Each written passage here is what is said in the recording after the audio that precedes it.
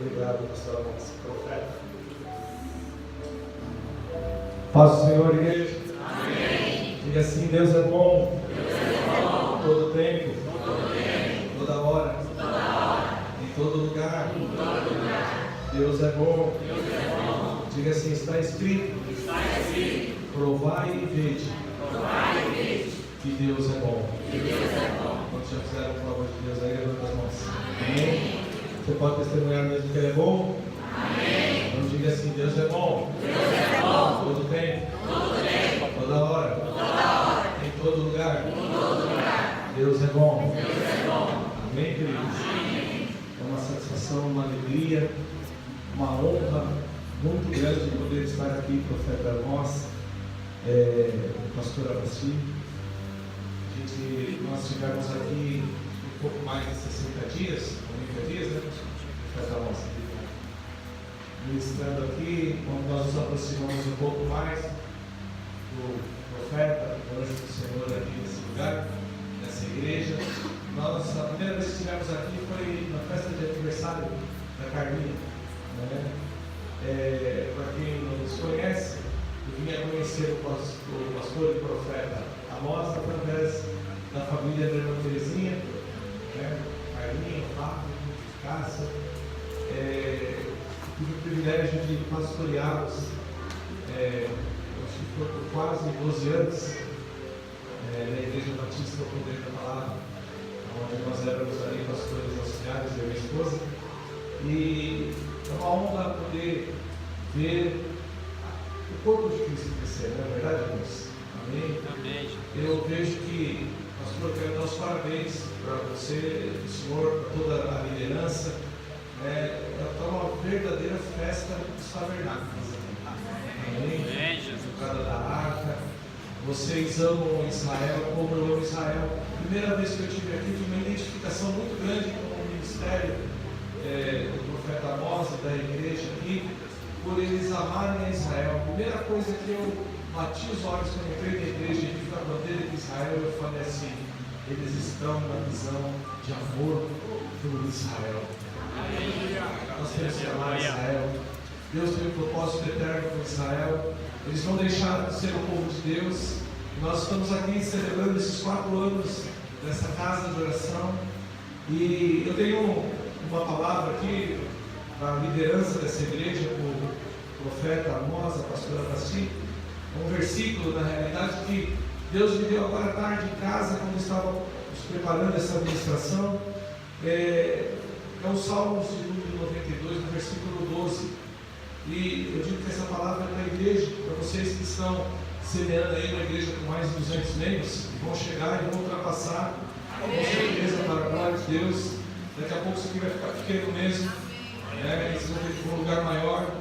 Amém. Deus tem crescimento para esse lugar. Tudo que é vivo cresce e multiplica. É um processo natural. Deus deu ordem ao homem crescer e multiplicar, assim. Então tudo que é organismo vivo tem já no código genético dele a multiplicação, crescer e multiplicar. Então a palavra de Deus é viva. Então, como a palavra é viva, a Bíblia diz em Atos que a palavra crescia e prevalecia. Fala, a palavra crescia e prevalecia. Diga assim: a palavra crescia e multiplicava. Então ela tem o poder de crescimento e de multiplicação, a palavra, porque ela é um organismo vivo. A palavra de Deus é um organismo vivo. A igreja não é uma organização, ela é um organismo vivo, é o corpo de Cristo na terra. Então a palavra, pastora nossa, que tem para essa igreja local, né, foi um versículo que diz assim: que o justo florescerá como a palmeira, crescerá como o cedro do Líbano. E a expressão que me ficou muito forte no coração para falar para vocês foi que o justo ele crescerá como o cedro do Líbano. Sabe como cresce o cedro do Líbano, que deu origem à madeira com o nome cedro do Líbano? Na realidade, dos 4 aos 5 primeiros anos que o cedro foi plantado na terra, ele não aparece. Vocês estão entendendo? Ninguém sabe que foi plantado o cedro naquele lugar, mas ele não cresce aparentemente para as pessoas, para fora. para nós vermos, mas as raízes crescem para baixo. Então, eu quero dizer, pastor, nos 4 primeiros anos de ministério, vocês estão fundamentando as raízes, estão crescendo fundo. E a raiz do cérebro, ela cresce tão fundo que ela vai até encontrar a rocha, encontrando uma rocha, ela entrelaça na rocha e continua descendo. Quando o cérebro ele desponta para fora da terra, já foram aí 4 a 5 anos que ele foi implantado. Mas depois, quando ele começa a crescer para fora, ele fica tão esponjoso e de uma madeira tão forte que é uma madeira que não apodrece. Então o justo crescerá como o cedro do rio. Amém? Então é a forma que Deus enxerga o ministério de vocês aqui, é a forma que Deus enxerga essa igreja aqui, crescimento. Ainda que vocês não vejam muito nada para fora, nada muito aparente, com certeza as raízes estão indo para o fundo. Amém? Louvado seja Deus. Outra coisa que eu fui muito ministrado aqui nesse culto, eu falei assim, meu Deus, quanta palavra não foi ministrada em termos de atitude. Parabéns, pastor Amós. O irmão, nesses 4 anos de aniversário da igreja, honrou as fontes. Honrou o papai e a mamãe, seu papai e sua mamãe, e honrou o papai e a mamãe da mulher mais linda do mundo que Deus deu para você. Para mim é a minha. Amém? Qual que é essa de palmas de mim? Para mim a mulher mais linda desse mundo é a minha. Agora, o pastor Amós é a esposa dele. E você, sua esposa, honre ela, porque é a mulher mais bonita do mundo que Deus deu para você. Então vocês honraram a fonte, honrar tem tudo a ver com santificação, gente. Deus honra, nós temos que honrar aquilo que Deus honra. Temos que amar aquilo que Deus ama, aborrecer aquilo que Deus aborrece. Outra coisa que foi muito bem ministrada aqui, na hora que a pastora estava aqui, ela falou assim, nós estamos hoje, nesse primeiro dia de festividade, dos 4 anos da nossa igreja, brincando um pouco de Jerusalém, brincando um pouco de Israel. Na realidade, que vocês continuem brincando de Israel até eternamente, até o dia que Jesus voltar para buscar a sua igreja. Sabe por quê? Porque o cristianismo, ele nasceu pelo judaísmo, irmãos. O cristianismo, ele nasceu lá do judaísmo, a raiz está lá no povo judeu. Os apóstolos, todos eles eram judeus. Jesus era judeu e ele diz: a salvação vem dos judeus. Amém? Amém. Então, nós precisamos honrar as nossas fontes. As nossas fontes cristãs vêm de Israel. Amém? Precisamos amar Israel. Vocês estão orando por Israel no Brasil, coisa linda, profética. Sabe por quê? Está acontecendo algo maravilhoso no Brasil. O Brasil já está começando certo para o novo ano que vai entrar. Já estão trazendo a embaixada brasileira de Tel Aviv e vai estar em Jerusalém. Aleluia! Nós amamos Jerusalém, nós amamos Israel, nós amamos o povo de Deus. Amém? Deus tem um propósito eterno, profético com Israel. Não digo que eles não precisam aceitar Jesus para ser salvos, eles precisam aceitar Jesus para ser salvo. Isso é todo o Brasil, ok? Eles precisam aceitar Jesus para ser salvo, mas isso não anula o que eles realmente são. Eles não deixaram de ser o povo eleito de Deus. As nações são abençoadas através de Israel. Eles foram constituídos como nação para abençoar as demais nações da terra. Amém, gente? Amém. Então, parabéns, vocês estão fazendo 4 anos de vida como igreja formada, mas honrando esses 3 dias de festa, honrando a Jesus, honrando a nação, onde Yeshua HaMashiach nasceu. Amém? Amém? E eu tenho uma palavra aqui com os irmãos, o pastor Amós falou que tinha tempo para acabar, tempo para terminar, mas eu quero ministrar a palavra para os irmãos e eu sei que tem muita coisa que vai acontecer aqui. Mas abra sua Bíblia rapidamente no livro de Lucas, capítulo 24. Evangelho de Lucas, capítulo 24. Nós vamos falar um pouquinho sobre Israel, sobre Jesus, sobre essa nação santa. Fiquei surpreso, pastor, confesso.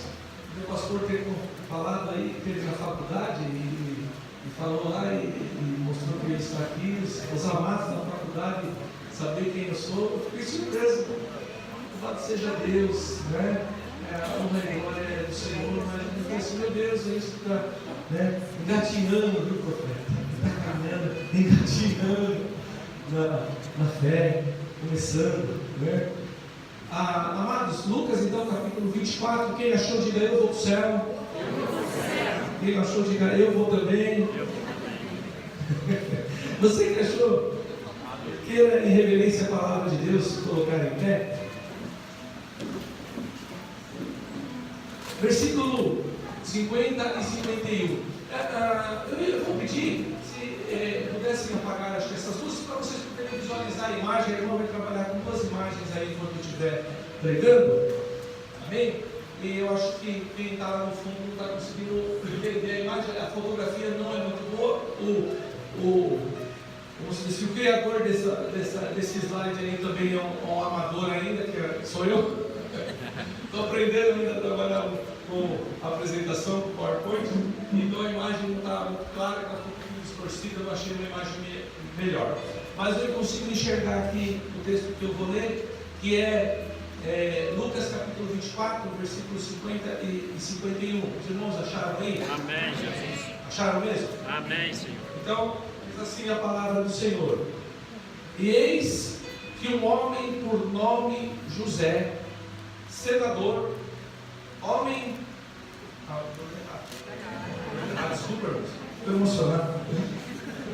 Virou aqui a Bíblia, desculpa. 50 e 51, no 24, está lendo 23. Olha só. E levando-os para fora até Betânia, amém? Amém. Até Betânia, e levantando as mãos, os abençoou. E aconteceu que, abençoando-os ele, se apartou dele e foi elevado ao céu. Amém? Está falando da ascensão de Jesus, esse texto. Agora, rapidinho, vai para o livro de Atos, o livro histórico de Atos, dos apóstolos, que são os Atos do Espírito Santo. Lá no capítulo 1, o versículo 9 e 12. Então, o Evangelho de Lucas foi escrito por Lucas, e o livro de Atos, esse livro histórico, também foi escrito por mesmo Lucas. E olha o que Lucas fala também da ascensão de Jesus, do versículo 9 a 12. Vocês acharam aí? Olha só. E quando dizia isso, vendo-os ele, foi elevado às alturas, e uma nuvem o recebeu, ocultando a seus olhos.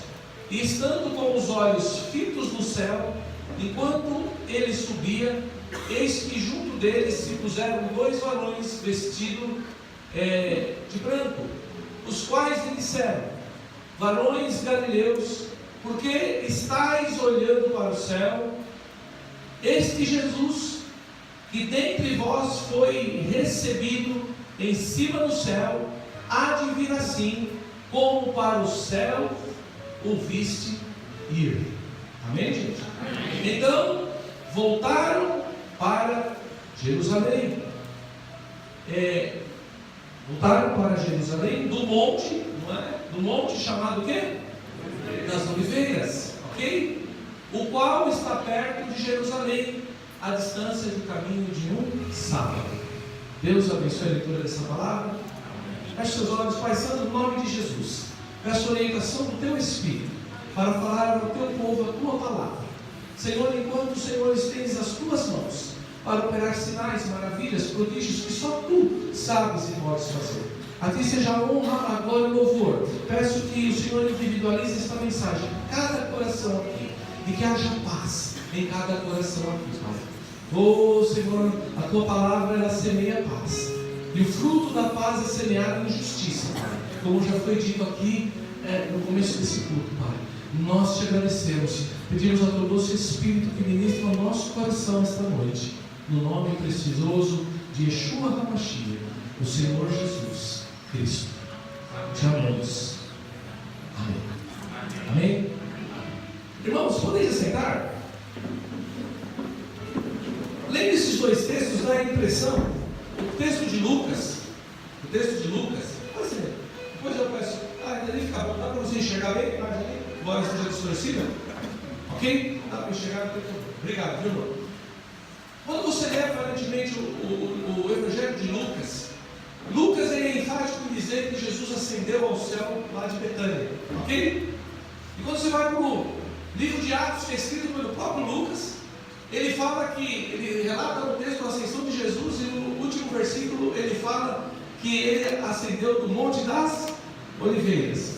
Aí pode gerar uma dúvida, então a palavra tem uma contradição, ele subiu de Betânia ou subiu do Monte das Oliveiras? Como é que é isso? A palavra então, ela está se contradizendo? Não, ele pode ser alguma. Eu quero dizer para vocês que Betânia, ela distava dos Montes das Oliveiras cerca de 3 a 4 quilômetros. Então, era como se o Monte das Oliveiras fizesse parte, como se diz assim, da cidade de Betânia. Você, para ir a Jerusalém, você vinha de Betânia, cruzava, passava pelo Monte das Oliveiras e descia para o Vale de Cedron, e aí entrava em Jerusalém. Amém? Então, Lucas não está distorcendo, se contradizendo. O Monte das Oliveiras ficava na região ali próximo a Betânia. Ok, gente? Dito isso, nós estamos celebrando Jerusalém, celebrando os 4 anos de existência, de fundação da casa de oração aqui, pão e vida, casa de oração, pão e vida. Jesus disse que Ele é o pão vivo que desceu dos céus. Quando tiver o pão vivo aqui, pastor Amós, e vai com certeza Deus alimentar a sua liderança, os pastores, todos vocês, diáconos, para que vocês tenham sempre a palavra revelada, que é o pão vivo que desceu dos céus, é o próprio Jesus. Enquanto houver pão, na casa do pão, as pessoas estão na casa do pão. Não pode acontecer como aconteceu uma vez lá na época de Noemi, lembra lá do livro de Ruth? Diz que um dia faltou pão na casa do pão, e Elimelec com a sua esposa Noemi e os seus filhos tiveram que sair e ir para as terras de Moabe, porque havia faltado pão. E sabe onde faltou pão? Na casa do pão, em Belém. Fala assim, na casa do pão não pode faltar pão. Na casa do pão não pode faltar pão. Amém? Amém. A igreja é uma verdadeira casa do pão. E tem que ter o pão vivo que desceu dos céus. Jesus disse, eu sou o pão vivo que desceu dos céus. Quem se alimentar de mim não terá fome. Amém? Então veja só, celebrar Jerusalém, quando nós entendemos o que significa a palavra Jerusalém no hebraico, a palavra Jerusalém ela é Ieru, habitação, Salém, Jerusalém, habitação de paz. Amém? Amém. Aleluia. E é interessante que quando Deus mencionou através de Jesus os seus discípulos em Atos 1:8, ele fala: e vocês receberão poder ao descer sobre vós o Espírito Santo, e ser-me-eis testemunha em Jerusalém. Ou seja, nós começamos a testemunhar na nossa habitação de paz, primeiramente. E sereis minha testemunha em Jerusalém, Judéia, Samaria, até os confins da terra. Mas nós não podemos chegar aos confins da terra se não começarmos na nossa habitação de paz. Amém? Vocês estão entendendo? Amém. Onde é a sua habitação de paz? A tua casa. A tua casa deve ser um verdadeiro canto de paz, gente. Amém? E essa paz ela só vem com a pessoa de Jesus habitando ali. Amém? Habitando primeiramente na sua casa espiritual, porque nós somos casa espiritual. Amém? E depois isso se estendendo para a tua casa física, ou seja, você ter um verdadeiro lar com harmonia. Eu creio que é isso que vocês têm buscado, é isso que vocês têm almejado do Senhor e têm vivido na presença de Deus. Amém, gente? Eu estou dando essa introdução para explicar algo aqui para vocês profético. É uma noite profética. Amém? Amém. Você sabe que Jesus, ele saiu de Betânia com seus discípulos, ok? Como diz Lucas, o Evangelho, ele saiu de Betânia com seus discípulos, e ele chegou no Monte das Oliveiras. Eu vou pedir que a minha diaconisa querida lá atrás, ajude a transparência. Ele saiu de Betânia e chegou nesse lugar. Esse lugar se chama Monte das Oliveiras. Esse lugar está de frente com a outra visão panorâmica que você viu de Jerusalém, amém? Da cidade de Jerusalém. Esse aí é o lugar chamado Monte das Oliveiras. Betânia estava lá no fundo, ok? Jesus veio então de Betânia, chegou no Monte das Oliveiras, deu as últimas instruções para os seus discípulos, e aí então foi levado aos céus. E disse que 2 anjos ali apareceram, não foi isso? E disse, está vendo esse Jesus que vocês estão vendo subir, né? Entre as nuvens? Pois vocês esperem, porque entre as nuvens um dia ele voltará. Aleluia! Glória! E ele subiu desse lugar aqui, desse lugar ele subiu aos céus. Amém? Amém. Aqui embaixo, você está vendo uma basílica católica ali? Ali é chamado Igreja do Getsemane, ou Igreja do Getsemane, que significa prensa de óleo. Esse lugar aqui estava o jardim ali, tem as oliveiras ali, ficou aqui embaixo. Você está vendo do lado da igreja tem um jardim? Em 1998, pela misericórdia de Deus, eu e minha esposa tivemos a oportunidade de pisar ali naquele jardim, do lado da basílica ali, que eles chamam ali de Jardim do Horto. Provavelmente, não é certeza, tá? Mas provavelmente, em Jerusalém tudo é provavelmente, né? Porque Jerusalém foi 39 vezes destruída, irmãos. Ela está muito, a original Jerusalém está muitos metros para baixo dessa que nós vemos hoje, porque ela passou por muitas guerras, muitas destruições. É o povo mais perseguido da terra, o povo judeu. Amém, gente? E aí, nós andamos ali naquelas oliveiras, e provavelmente ali, nesse lugar, pastor Afonso, foi o lugar aonde Jesus foi pressionado pelos nossos pecados. Lembra lá, no jardim do Getsemane, ele suou gotas como de sangue. De tanta pressão que estava sobre ele naquele lugar, pelo meu, pelo seu, pelo nosso pecado. Ele suou gota como de sangue. Eu particularmente penso que foi nesse momento que ele recebeu o pecado de toda a humanidade. Na cruz foi só concluído, mas ali ele estava se fazendo, no Getsemane ele estava se fazendo uma opção no nosso lugar. Amém, gente? Agora tem um fato que envolve esse cenário aí, que é o fato que eu quero falar profeticamente com vocês essa noite. Amém? Quando Jesus, uma certa ocasião, do alto da Monte das Oliveiras, ele olhou para a cidade de Jerusalém, do alto da transparência, por favor, do alto aí do monte, ele tinha essa visão da Jerusalém. Certa ocasião, desse alto do Monte das Oliveiras, ele olhou Jerusalém e chorou sobre Jerusalém, dizendo: Jerusalém, Jerusalém, que mata os seus profetas e apedreja aqueles que são enviados. Quantas vezes quis eu acolher-te debaixo das minhas asas, como a galinha faz com seus pintainhos, e vocês me recusaram. Porém, a vossa habitação ficará deserta. Esse fato aconteceu em Jesus, no Monte das Oliveiras, olhando esse lugar. Mas também aconteceu com um fato bíblico. Eu estou citando a Bíblia, vocês que leem e conhecem a Bíblia, vocês têm atalaias aqui no meio dessa igreja que são conhecedores da palavra e vocês estão sendo ensinados disso. Então, eu não vou estar abrindo o texto, mas estou citando a palavra para vocês. Outro fato que aconteceu aí em certa ocasião foi que Jesus, vindo do Monte das Oliveiras, ele desce o Vale de Cedron. Deixa eu mostrar para vocês. O Monte das Oliveiras está aqui, tá? Vão essas árvores aqui, está aqui para cima. Aqui embaixo é chamado Vale de Cedron, ok? Jesus, certa ocasião, irmãos, cumprindo a profecia, ele desceu, saiu do Monte das Oliveiras, desceu pelo Vale de Cedron. Está vendo aquela porta fechada ali? Ali é uma porta da cidade, uma das entradas da cidade de Jerusalém. Ele passou por ali sentado num jumentinho, né? E o povo naquele dia saudou ele como rei, ok? Ramos, folhas que vendo ali, né? Essas folhagens, palmeiras. O povo, Hosana, Hosana ao rei, bendito aquele que veio em nome do Senhor.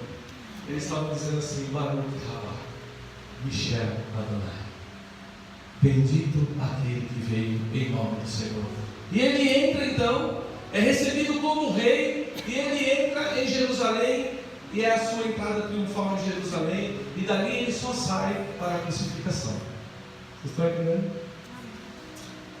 Então tem um fato aqui que eu quero abordar aqui com vocês, profeticamente, essa noite. Abra sua Bíblia, porque ele subiu daqui desse lugar, amém? Ele subiu, ele foi assunto aos céus aqui do Monte das Oliveiras, e disse que é aqui que ele vai vir, não é? É aqui que ele vai vir, entre as nuvens. Então, abra a sua Bíblia bem rapidinho, queridos, no livro de Ezequiel, capítulo 43, versículo 1 e 5. Vocês estão aí comigo? Amém? Posso ler? Olha só. Então me levou à porta que olha para o caminho do Oriente. Essa porta aqui. Amém? Essa porta aqui, que o profeta foi levado. A porta que olha para o caminho do Oriente é essa porta aqui, que foi lacrada. Ok? E eis que a glória de Deus de Israel vinha do caminho do Oriente, e a sua voz era como a voz de muitas águas. Amém, gente? Amém.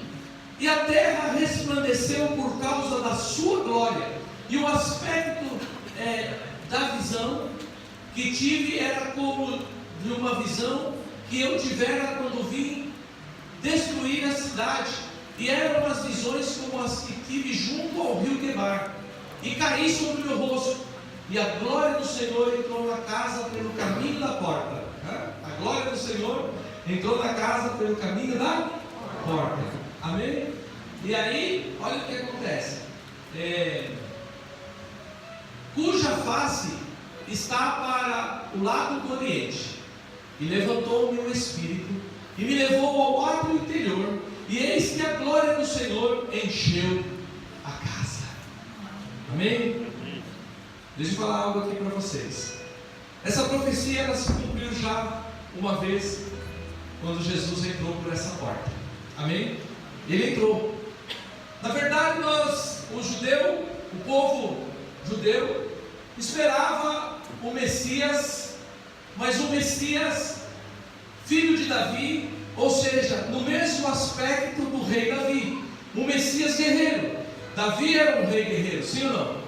Então eles esperavam o Messias da mesma forma, filho de Davi, ou da mesma forma que Davi era, que viesse para libertar o povo da escravidão, que o povo estava sendo dominado agora por Roma. Agora veja só, esse povo foi 400 anos escravizado no Egito, 400 e poucos anos escravizado no Egito, aí depois foi mais 70 anos de Babilônia, sim ou não?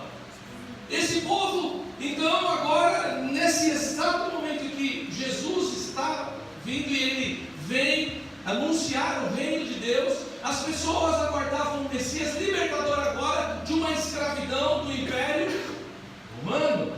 Roma dominava ali. E agora, o Messias, eles esperavam que viesse como esse rei, tanto que os magos do Oriente, quando vieram e viram a estrela de um rei no Oriente, e seguiram a estrela, quando eles chegam em Israel, qual o primeiro lugar que eles vão? No palácio. Eles vão, onde que nasce rei? No palácio. Eles vão a Herodes, onde é nascido o rei dos judeus. Nós vimos a sua estrela no céu e seguimos a caminhar essa estrela. Aí o Herodes manda chamar os sábios que conheciam as escrituras, e os magos, então os sábios então vêm com as escrituras e fala a profecia que Amós, não me engano foi Amós, que profetizou dizendo: és tu, Belém Efrata, a menor de todas as cidades de Jerusalém, mas de ti nascerá aquele que regerá, que vai ser o legislador, que regerá a nação. Aí o Herodes, então existe um rei. Herodes então, maquiavélico, né? Falou assim: vai então, ao encontrá-lo, volte e traga notícias para mim, para que eu também possa ir adorá-lo. Adorá-lo. Ele falou assim: não, vou perder meu lugar, vou perder meu plano. Ele queria era matar mesmo. Os magos saem, irmãos, e eles caminham, e quando eles chegam no lugar onde Jesus já não estava mais numa manjedoura. Provavelmente Jesus já estivesse com 2 anos de idade. Por que eu digo isso? Porque qual foi o tempo que Herodes inquiriu dos magos? 2 anos. E ele mandou matar as crianças de 2 anos para baixo. Então, quando os magos, os sábios do Oriente, os magos chegam ao lugar onde Jesus estava, já não era mais um estábulo na manjedoura. A estrela se deteve na casa. O Evangelho fala na casa onde o menino estava. Ok? E aí os magos então entregam as ofertas, ouro, incenso e mirra, né? O ouro representando a divindade, né? O incenso simbolizava as intercessões, que ele seria o fiel intercessor pelo povo. Amém? E entrega a mirra, que representa o cheiro do perfume, a essência aromática muito gostosa, e que a Bíblia diz a respeito de nós: vós tendes o bom perfume de Cristo. Amém. Eu e você, nós é um chamado de Deus para a igreja, que nós exalemos o cheiro do conhecimento do Senhor, a boa fragrância do perfume de Cristo. Amém? Amém. Eu não quero ir para esse caminho, eu não quero sair muito daqui. Agora veja só o que acontece. Jesus então cumpre a profecia e passa por aqui. Na verdade, crucificam a ele, porque ele veio para o que eram os seus. João 1,12 diz: mas os seus não o receberam. Não está escrito? O povo escolhido não o recebeu, mas todos quanto o receberam, João diz que ele deu-lhes o poder de serem feitos o quê?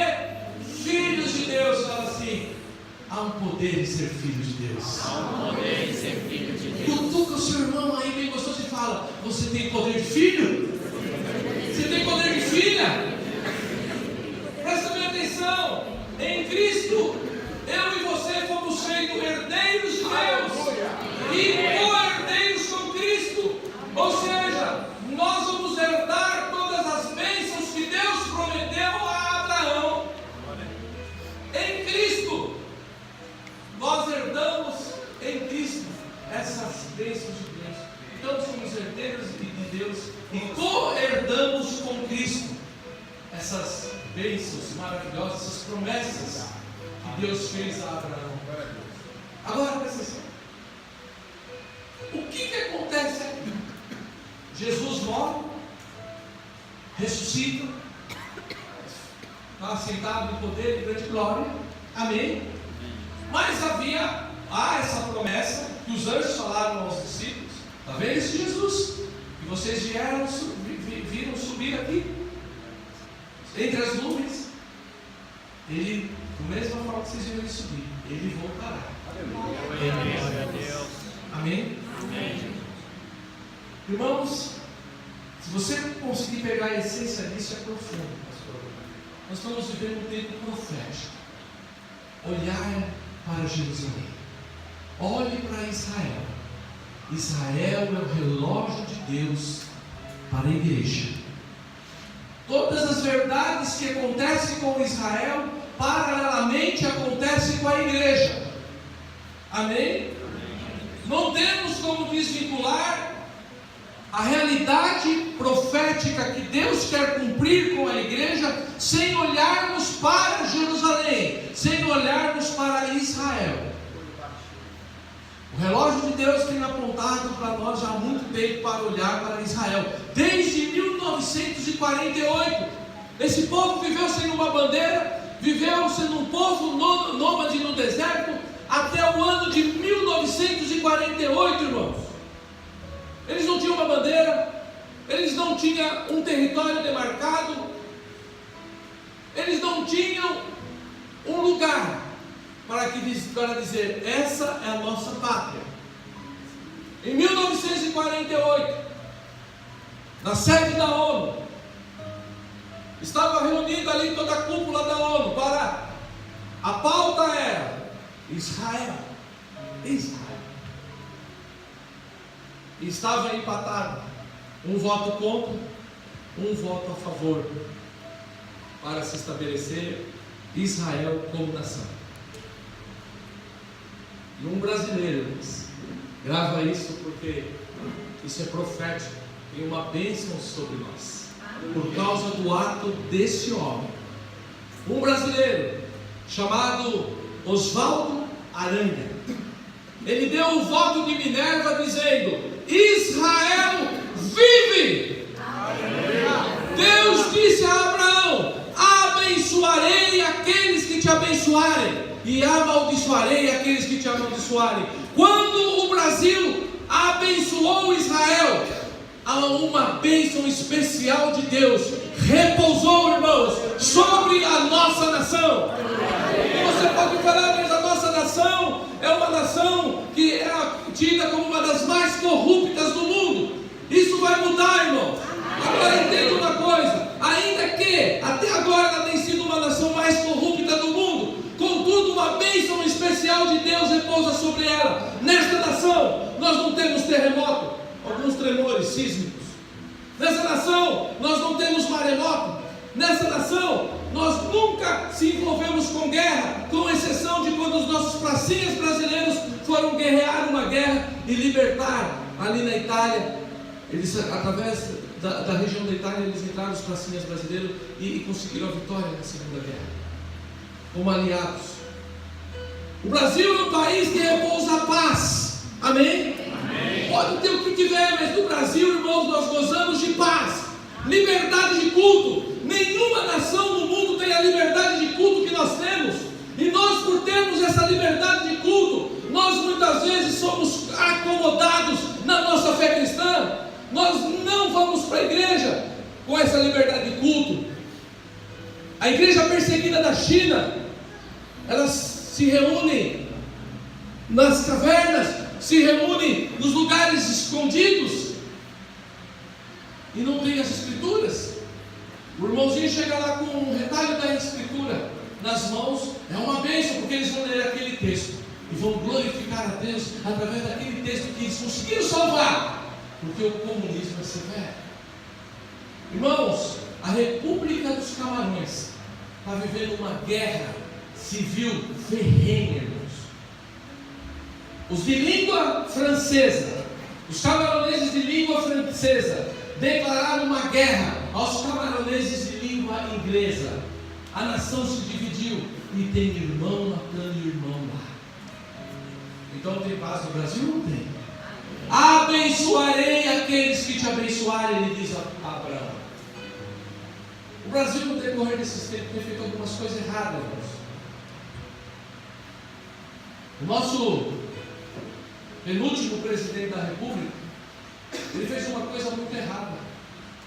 Ele se aliou contra Israel a favor do islamismo, a favor dos muçulmanos. Isso foi muito errado. E isso trouxe uma consequência para o Brasil. E prestem atenção: uma das causas da crise que nós estamos passando foi o Brasil tocar no ungido do Senhor. Vocês estão entendendo? Agora, graças a Deus, estamos voltando as coisas em norte. A embaixada vai para ano que vem, vai para Jerusalém. É tipo o Brasil falando assim: nós amamos Israel, nos perdoa. Brasil amando Israel. Irmãos, agora, essa profecia que os anjos disseram aos apóstolos que estavam ali, esse Jesus voltará da mesma forma. Essa parousia do Senhor, ela acontecerá de duas formas, ou de dois aspectos. Primeiro, quando Jesus vier buscar a igreja. Eu não vou ter tempo de falar essa noite, até esbocei isso, viu, pastor? Mas fica com uma próxima, profeta, a nossa. Não vou ter tempo de esboçar, eu só vou pincelar aqui para vocês o que eu vou falar. Uma pincelada só. Vocês amam Israel, sim ou não? Sim. Vocês sabem que as 7 festas bíblicas, elas são 7 festas proféticas que todas elas apontam para Jesus. Amém? Amém. Essas 7 festas bíblicas, 4 delas aconteceram na vida de Jesus. Amém? Nessa primeira vida de Jesus, 4 delas já foram se cumpridas. Agora, eu não vou ter tempo de explicar tudo para vocês, mas a última festa Pastor Amós, pastores estão aqui, que falta se cumprir profeticamente em Cristo. Quem sabe qual que é? Quem sabe qual que é? Trombetas.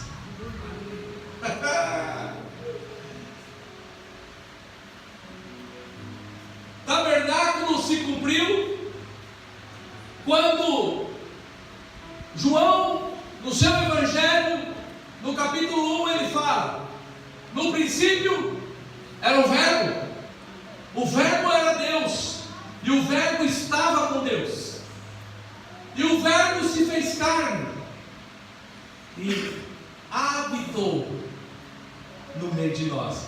O verbo, a expressão é tabernáculo, ou seja, se vestiu desse tabernáculo igual a nós, e habitou entre nós. E João fala: e nós vimos a sua glória, aleluia, glória como do unigênito do Pai, cheio de graça e de verdade. Amém? Amém. Agora, tabernáculo tem toda uma simbologia, não dá tempo de falar, todas elas apontam para Jesus e se cumprem em Jesus. A última que vai se cumprir, literalmente, em Jesus, vai ser trombetas. Presta bem atenção. Essa parousia do Senhor, a Bíblia diz assim: segui a paz e a santificação com todos, sem a qual ninguém verá o Senhor. Esse verá é parousia, ou seja, ver a vinda dele mesmo.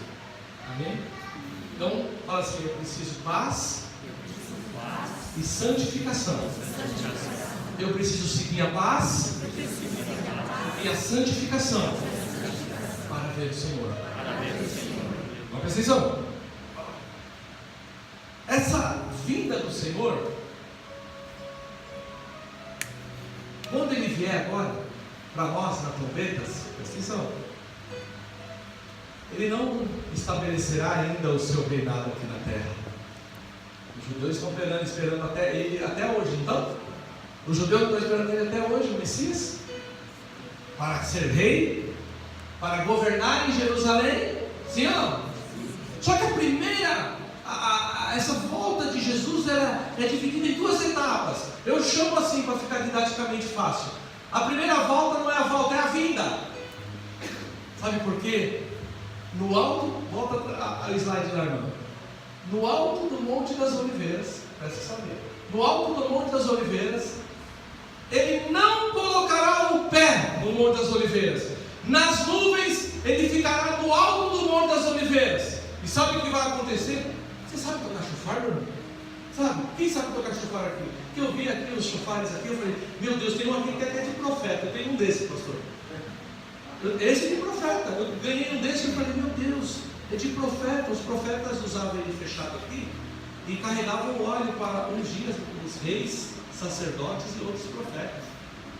Eu não sei tocar, não sei. Ninguém sabe, nem vocês sabem. Mas o que acontece? Está aqui os dois chofares. Os chofares representam aí as trombetas, ok? O que vai acontecer, que Paulo explicou muito legal para nós isso na sua carta aos Tessalonicenses, se não me engano, 1 Tessalonicenses 4. Ele explica de uma forma muito categórica. Ele fala para nós assim: olha, eu não quero que vocês sejam ignorantes a respeito da parousia ou da vinda do Senhor, porque para que vocês não fiquem tristes, não quero que vocês sejam sem conhecimento a respeito da vinda do Senhor, porque aqueles que morreram em Cristo,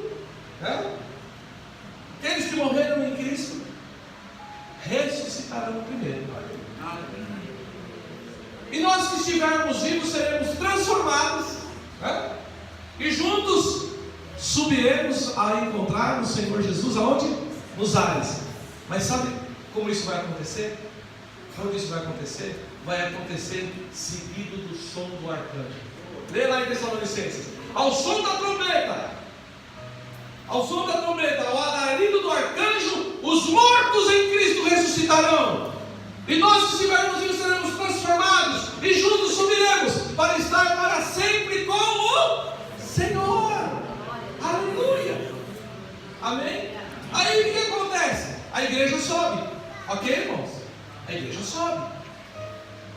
sobra. Mas a história continua, sim ou não?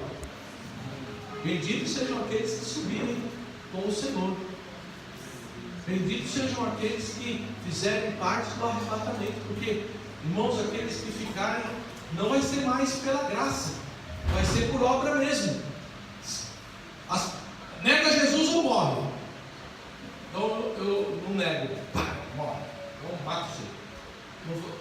Agora é pela graça, está aberta a porta da graça, mas nessa época que a igreja for levada, o Espírito Santo, ele será tirado juntamente com a igreja. Sabe o que detém o anticristo? O que detém o anticristo é o Espírito Santo, ok? No momento que a igreja subir, o Espírito Santo levará a igreja a encontrar o Senhor Jesus nos ares, mas a história continuará aqui nessa terra, e Jerusalém vai estar aí, sim ou não? Jerusalém vai estar aí. Veja só, agora olha que interessante. Deixa eu ler aqui para não perder, não falar dados errados para vocês. Jerusalém ela foi muitas vezes dominada, sim ou não? Olha o que acontece. Em 1541, irmãos, da nossa era cristã, em 1541, após a reconstrução da muralha de Jerusalém, o poderoso sultão decidiu fechar definitivamente a porta. Volta lá, querido. A outra slide, por favor. Em 1541, após a reconstrução das muralhas de Jerusalém, que reconstruíram várias vezes, 1541 foi de novo, o poderoso sultão decidiu fechar definitivamente a porta dourada, usando pedras. Acredita-se que o generoso e justo sultão Suleiman, responsável pelo ápice do Império Otomano, conhecia e temia e tentou impedir a profecia judaica a respeito do Messias, né? E relacionada essa profecia com a porta oriental, é o texto que nós lemos aqui, eu li antecipadamente para vocês de Ezequiel. Agora, além do fechamento da porta oriental, Suleiman estabeleceu um cemitério. Aqui, irmãos, fizeram um cemitério, lacraram a porta e fizeram um cemitério. Tem um objetivo isso, sabe por quê? Então, ele fecha e estabelece um cemitério muçulmano na frente ali. Olha que afronta. Na frente ali. Sábio e estudioso das religiões, o sultão sabia que os cadáveres, olha só, que os cadáveres funcionariam como barreira à pureza do Messias. Ok? Que além de rei, seria sacerdote. Né? E aí, Números 19:16 diz assim: que todo aquele que sobre a face do campo tocar em alguém que for morto pela espada, ou em outro morto, ou nos ossos de algum homem, ou uma sepultura, será imundo 7 dias. Olha só. Entretanto, fechando a porta oriental em 1541, Suleiman acabou colaborando involuntariamente com outra profecia. A profecia que está em Ezequiel 44, versículo 1 e 2. Eu vou ler para vocês. Então me fez voltar para o caminho da porta exterior do santuário, que olha para o oriente. Ok? Ao qual estava fechada. E disse-lhe o Senhor: esta porta permanecerá fechada, não se abrirá, ninguém entrará por ela, porque o Senhor, o Deus de Israel, entrou por ela, por isso permanecerá fechada. Ele fecha com medo do camarada vir entrar, coloca um cemitério, porque judeu não toca em coisa morta. Vocês estão entendendo? Só que ele colaborou para que se cumprisse a outra profecia de Ezequiel 44, 1 e 2, que Ezequiel declara: então ele me fez voltar para o caminho da porta exterior do santuário, que olha para o Oriente, o qual estava fechada, e ele diz: e permanecerá fechada, não se abrirá, ok? Ninguém entrará por ela, porque o Senhor, o Deus de Israel, entrou por ela. Quando ele entrou, irmãos? No dia lá, bendito aquele que veio em nome do Senhor. Ele entrou por ela, por isso permanecerá fechada. Agora o que acontece? Jesus voltará, não voltará? Abre Zacarias capítulo 14. Dois últimos textos que eu quero ler com vocês. Volta aí sua Bíblia, Zacarias. Acharam? Quem achou de ler, eu vou para o céu. Vocês acharam, eu ainda não. Quem tem vista boa? Eu quero achar o texto que diz que, deixa eu ver aqui, se é no finalzinho.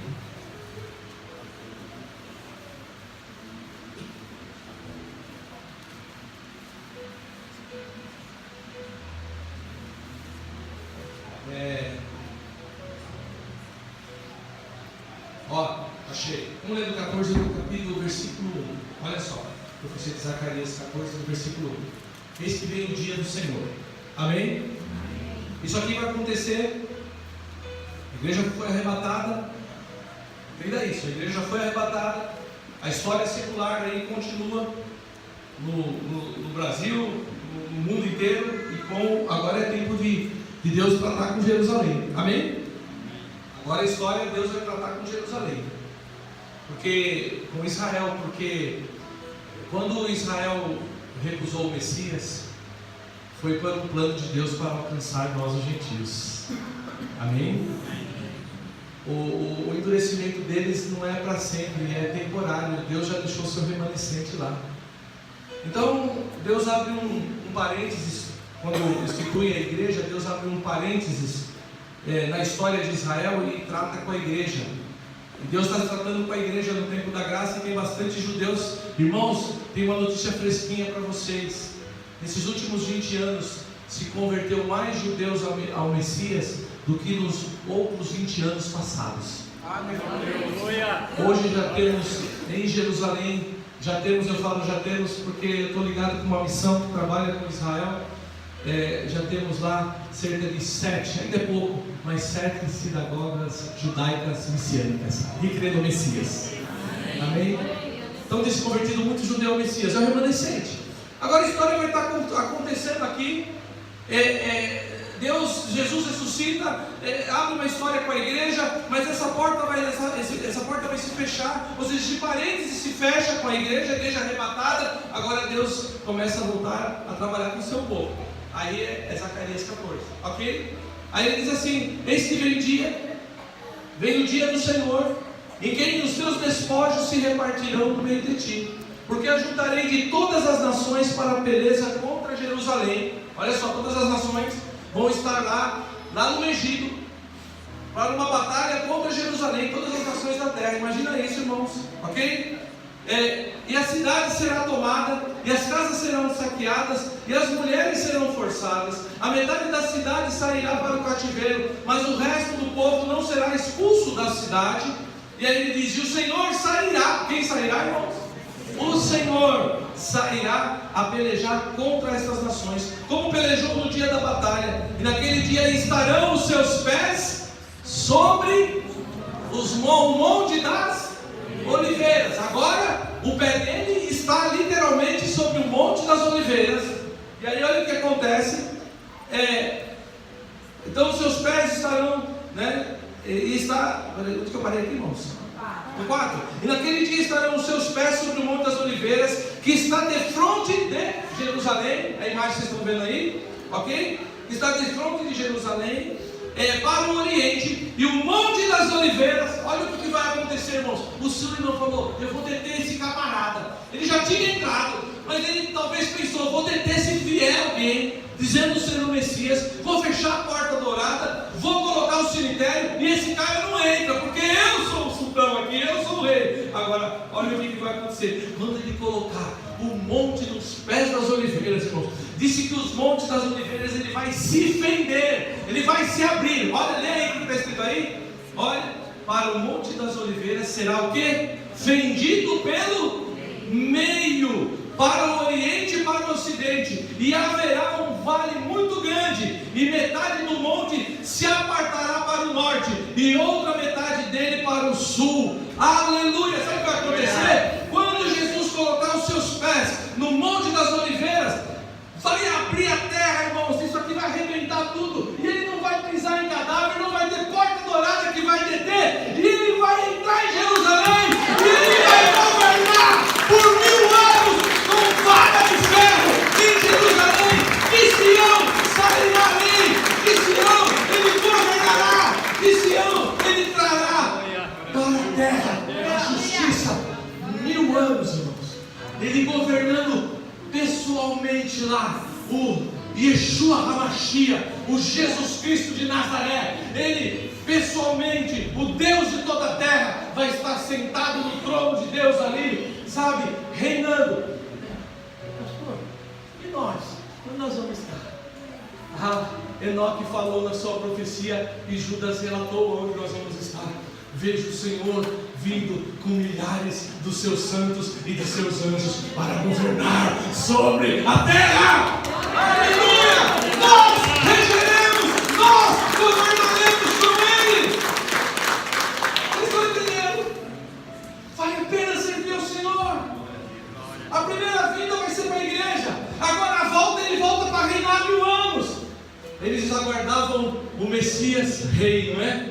Mas ele vai vir como rei. A primeira vida dele aqui na terra foi como sacerdote, foi como servo, se fez servo tornou, se esvaziou, abriu mão da sua glória, e como servo se humilhou até a morte, e morte de cruz. Essa primeira vinda, então, ele vem como servo sofredor. Ei, irmãos, Isaías 53 fala do servo sofredor. O servo sofredor não é Israel, como acreditam os judeus.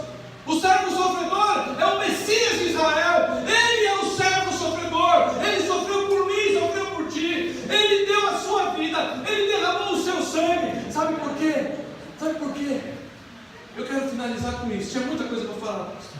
Eu quero orar com você. Tinha muita coisa para falar, mas presta atenção. Ele não nos salvou simplesmente para sermos salvos. Ele não me salvou, irmão, pastor. Ele não nos salvou, pastor, simplesmente para nós sermos só salvos. Algo muito mais sublime no propósito dele. Ele nos salvou para sermos santos. Só os santos verão ao Senhor, irmãos. Só aqueles que estiverem se santificando, seguindo a paz e a santificação, se abstendo dos prazeres que esse mundo nos traz, pastor. Tendo uma vida de renúncia, querido. Renunciar aos nossos prazeres, renunciar à nossa carne. Sabe? Vale a pena nós sermos crucificados com Ele. Nós cantamos, já estou crucificado com Cristo, mas será que estamos mesmo? Muitas vezes nós descemos muito fácil da cruz, estamos na cruz enquanto está tudo bem, mas se a coisa aperta, nós... Vocês estão entendendo? Eu preciso encerrar. O papai do pastor vai cantar. Vamos colocar.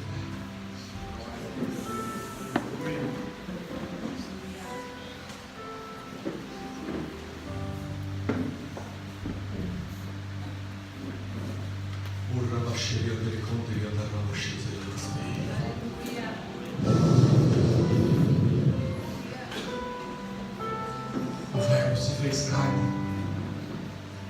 O maior mistério do cristianismo é entender, profeta Amós, que o Verbo se fez carne em Jesus. E o verbo, a palavra, quer se fazer carne nos dias de hoje, através de nós. Ei, meu jovem, você sabia que Jesus quer tocar através de você? O corpo dele hoje somos nós. Ele não tem um corpo físico aqui na terra. O corpo físico dele está nos céus. Ele é um homem nos céus, intercedendo por nós. Aqui na terra ele está em espírito, através do Espírito Santo. Mas veja só, o espírito precisa de um corpo. Se não, a igreja é seu corpo. Você entende que Jesus quer tocar através de você? Você pode ser o toque de Deus na vida de muita gente. Glória a Deus. Você não é um pecador querendo ser santo. Você é um santo militando contra o pecado para não entrar no pecado. Você entende esse mistério? Nós às vezes pensamos que nós somos pecadores querendo ser santos. Não, nós já somos feitos santos por Ele. Estamos militando contra o pecado para poder vencermos o pecado. Ei, pastor, a Bíblia diz assim: nós não temos lutado até o sangue, ainda não temos combatido até o sangue contra o pecado. Precisamos combater mais. Você sabia, minha irmã, que Deus quer olhar para as pessoas através dos seus olhos? O verbo está se fazendo carne novamente.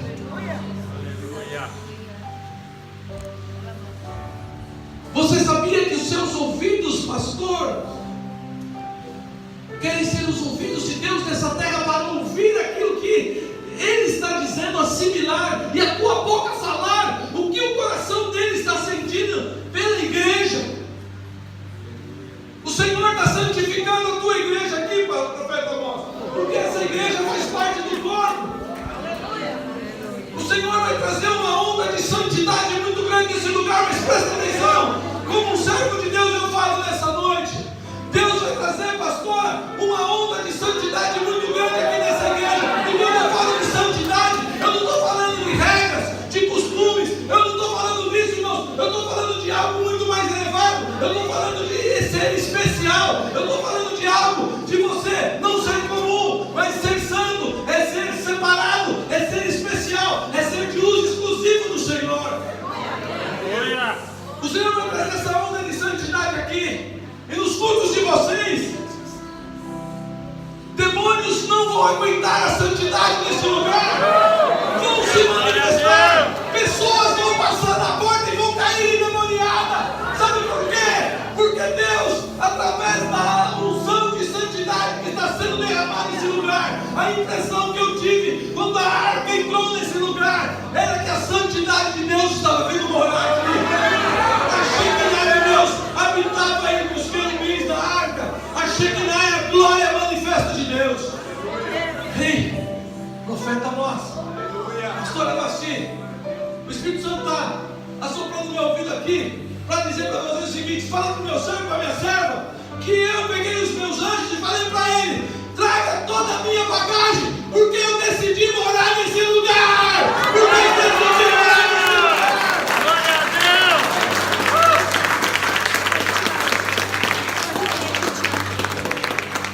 E ele morando aqui, as pessoas vão ser atraídas por ele. Ei, Jesus disse que quando o Filho do Homem for levantado, atrairá os homens a ele. Eu quero dizer para você que vocês têm levantado o Filho do Homem nesse lugar. Um dia ele foi levantado na cruz, mas a palavra de vocês tem levantado o nome dele aqui nesse bairro, tem levantado o nome dele nesse lugar, e ele é que atrai os homens até ele. Profeta, Deus está dizendo que você não vai precisar ficar mais na manivela. Agora pega, agora vai no canto. Irmão, dá glória a Deus. Irmão, fala aleluia. Irmão isso, irmão aquilo. Não, os irmãos chegarão no culto sentindo a santidade de Deus, sentindo a presença de Deus nesse lugar. E cantarão. Há um som muito forte aqui. Choro e canto e balabaixê. Oh, Rabaqueixo, mas profeta Amós chamou alguns homens aqui, que você sabe, eu não sei, os homens que trabalham contigo, da pastora, chamou alguns deles e começa a tocar as pessoas. A santidade de Deus está passando nesse lugar. Começa a